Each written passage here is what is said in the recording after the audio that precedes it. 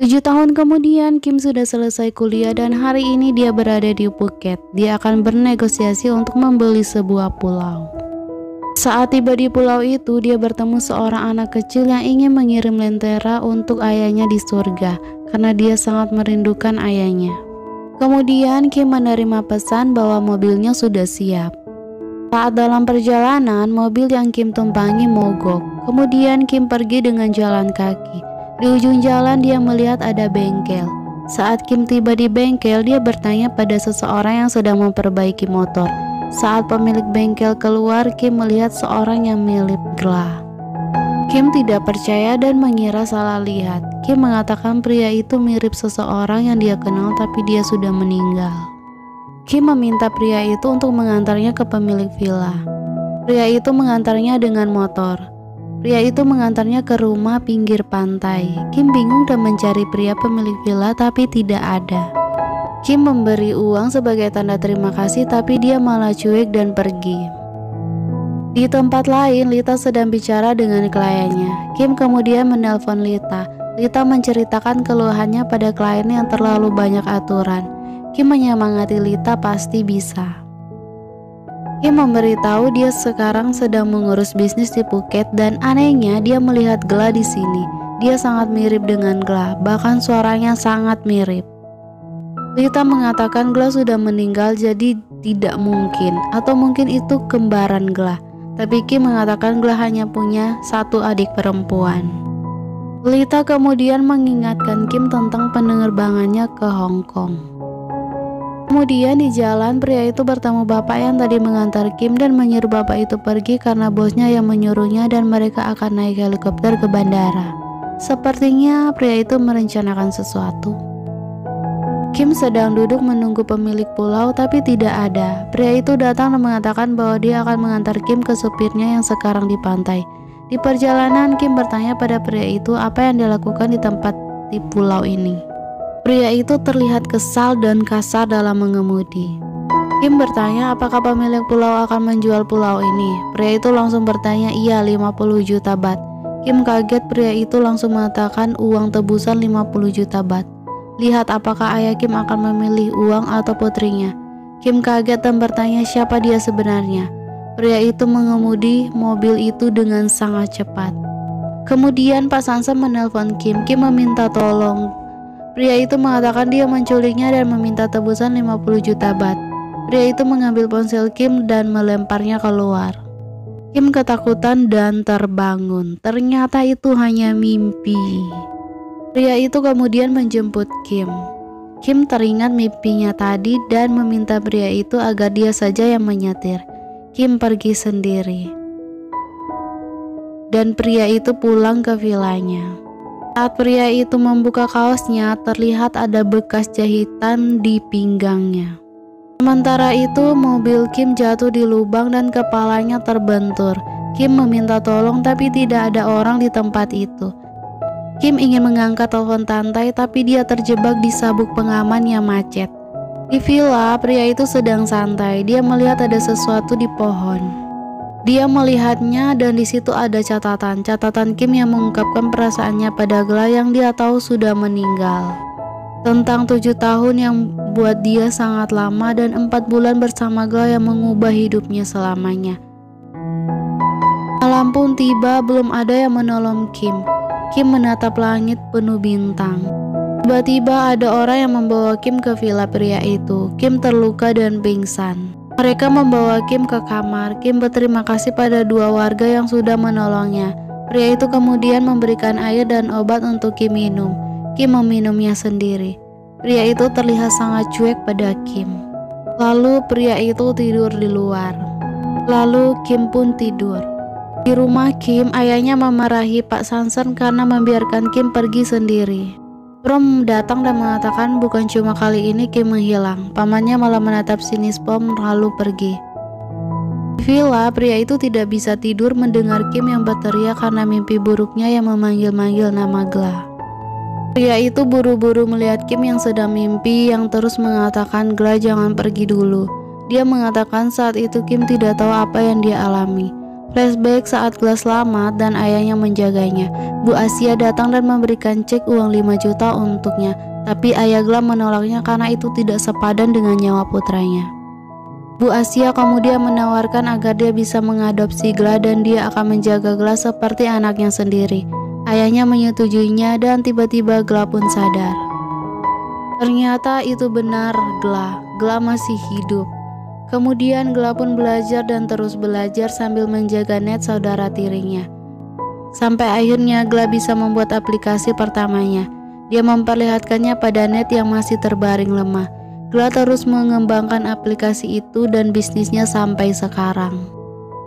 Gla menangis mengingat itu semua dan berkata yang tidak membunuh kita akan membuat kita lebih kuat. Paginya, Kim bangun dan mengambil ponselnya yang kehabisan baterai, sedangkan Gla sedang keluar untuk olahraga pagi. Saat Kim sedang membersihkan lukanya, dia mendengar suara ponsel. Dia mencari suara ponsel yang adalah ponsel milik Gla yang berbunyi. Kim melihat Cam yang menelpon. Kim mengangkatnya tanpa bersuara dan Cam memanggil nama Gla. Kim kaget, itu benar-benar Gla. Kim mencari Gla yang ada di belakang. Kim bertanya kenapa Gla tidak memberitahu bahwa dia masih hidup dan kenapa pura-pura tidak kenal. Tapi Gla merasa dia tidak dekat dengan Kim. Kim kaget dan bertanya apa salah dia pada Gla. Gla tidak menjelaskan penjelasan yang jelas. Yang dia tahu dia hanya ingin membalas dendam pada Kim dan keluarganya. Kim lalu pergi. Tiba-tiba Pak Sanser datang. Pak Sanser kaget melihat Gla yang masih hidup. Kemudian Kim buru-buru pergi. Saat tiba di darat, Kim bertanya kenapa Pak Sanser mengatakan Gla sudah meninggal karena bunuh diri. Pak Sanser menjawab dia mendapatkan rekam medik di mana otaknya mati dan tidak mungkin selamat. Kemudian Pak Sanser menyuruh Kim untuk siap-siap ke acara di Hong Kong.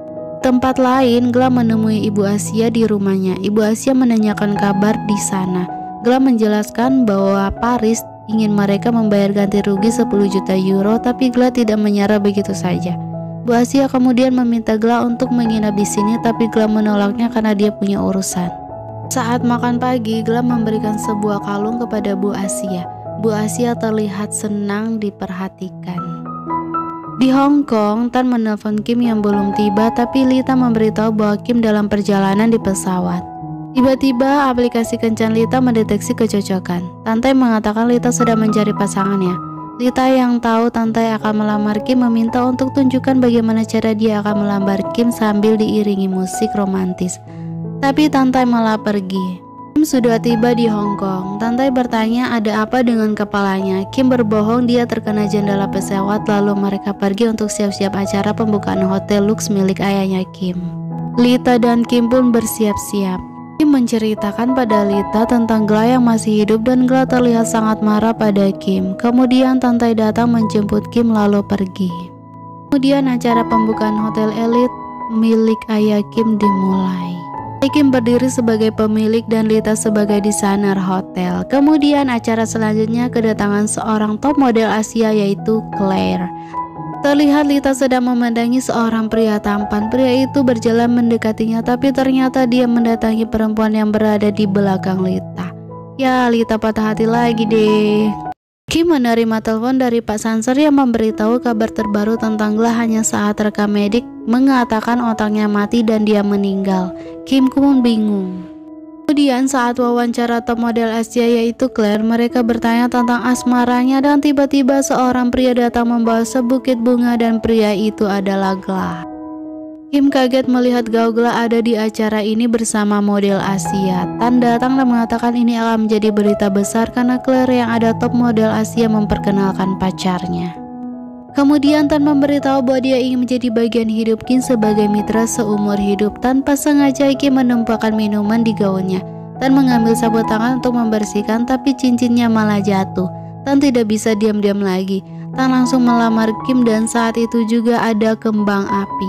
Tan memakaikan cincin itu pada jari Kim di depan orang-orang dan juga Gla. Melihat cincin lamaran Tan. Kemudian Claire memperkenalkan ini adalah Carl, pacarnya. Nama Thailandnya ada Gla. Claire mengagumi Sei Kim yang sukses membangun hotel ini.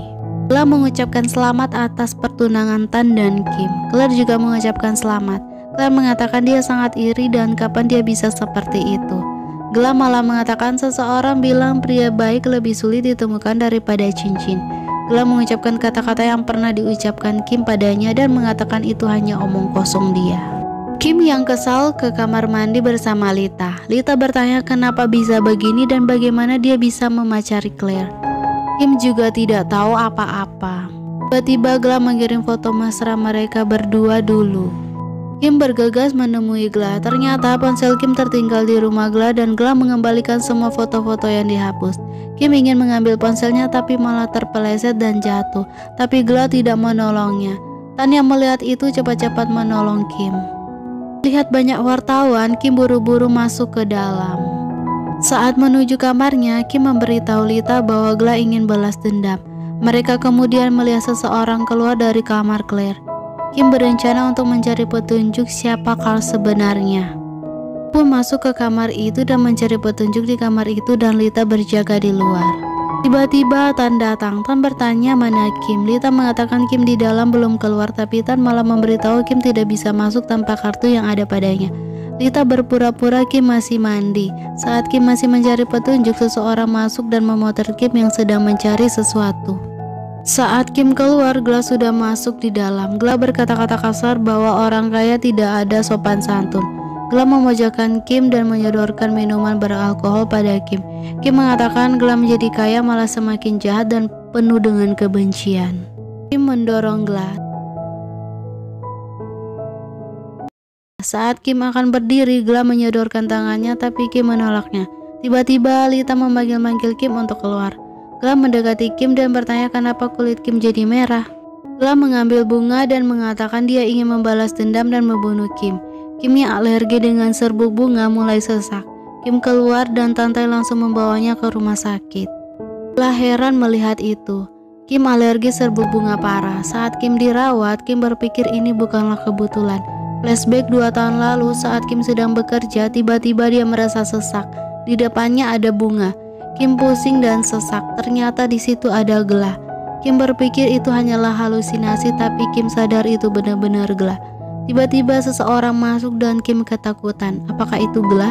Jangan lewatkan episode selanjutnya ya. Bye-bye.